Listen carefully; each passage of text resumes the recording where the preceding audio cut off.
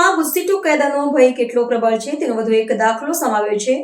શહેરની કુખ્યાત સદામ ગોડીલ ગેંગે 4 વર્ષથી ગોરાટ રોડના અમીરો હાઉસના બંગલા પર ગેરકાયદેસર કબજો જમાવ્યો હતો। ગોરાટ રોડ પર આવેલા અમીરો હાઉસમાં બંગલો નંબર 45 ના માલિક ડોક્ટર મોહમ્મદ ઝાકીર અયુબભાઈ મેમણ છે। 4 વર્ષ પહેલા ગેંગના મુખ્ય લીડર ઇમ્તિયાઝ ઉર્ફે સદામ ઇકબાલ બચાવ અને તેની ગેંગના સભ્યોએ આ બંગલા પર ગેરકાયદેસર રીતે કબજો જમાવી લીધો હતો। ગેંગના આતંકને કારણે ડોક્ટર અને તેમનો પરિવાર પોતાના જ ઘરમાં પ્રવેશ કરી શકતા ન હતા। જ્યારે એસઓજીએ સદામ અને તેની ગેંગ વિરુદ્ધ ગુસ્સીટોક કાયદા હેઠળ ફરિયાદ દાખલ કરી હતી ત્યારે ગેંગના સભ્યોમાં ભયનો માહોલ ફેલાઈ ગયો હતો। આ કાયદા હેઠળ કાર્યવાહી ઘણી કડક હોય છે અને લાંબા સમય સુધી જામીન મળતા નથી, જેથી ગેંગના સભ્યો થરથરી ઉઠ્યા હતા। આ ડરનું પરિણામે આવ્યું કે ગેંગનો એક સભ્ય સાજિદ પઠાણ જાતે બંગલાની ચાવી લઈને એસઓજીના ડીસીપી રાજદીપસિંહ નકુમ પાસે પહોંચી ગયો હતો, જેથી પોલીસ કમિશનરના હસ્તે જ બંગલાની ચાવી ડોક્ટર મેમણ અને તેમના પરિવારને પરત સોંપવામાં આવી હતી।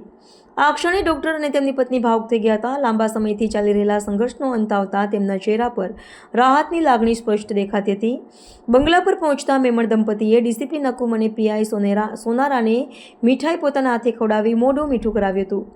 આરોપી જે છે સદ્દામ ગુડીલ ગેંગનો ઇમ્તિયાઝ સદ્દામ અને ઉમર પિલ્લા જે છે એને જો ડૉક્ટર ઝાકીરનું જે ઘર છે એ પચાવી પાડેલું 3 વર્ષ પહેલાં એને 10 કરોડનું એક બિલ્ડિંગ બતાવીને એમાં રોકાણ કરવાનું છે એમ કહી અને 3.70 કરોડના પોતાના બંગલાની જે છે એ રકમ ઉપજશે એવું કહી અને 370 પહેલાં બિલ્ડિંગમાં જમા થઈ ગયા। એ રીતે એનું ઘર જે છે ખોટા કબજા રસીદથી પડાવી લીધેલું 3-4 વર્ષથી પોલીસના ધક્કા ખાતો હતો। ત્યારબાદ ઇમ્તિયાઝ સદ્દામ ગેંગ વિરુદ્ધમાં ટોટલ અત્યારે 7 અને અગાઉના 13 એમ ટોટલ 13 ગુનાઓ દાખલ થયા છે। ગુસ્સીટોક પણ દાખલ થતાં સજ્જાદ કાપડિયા કરીને જે જુગારી છે જેણે આ ઘર ઉપર કબજો કરેલો હતો તે ત્યાંથી ઘર મૂકીને ભાગી ગયો અને જે ચાવી છે ઘરની એ એસઓજીમાં આવીને એણે જમા કરાવી દીધી અને કીધું કે ડૉક્ટર ઝાકીર હુસેનને આ પરત કરવામાં આવે।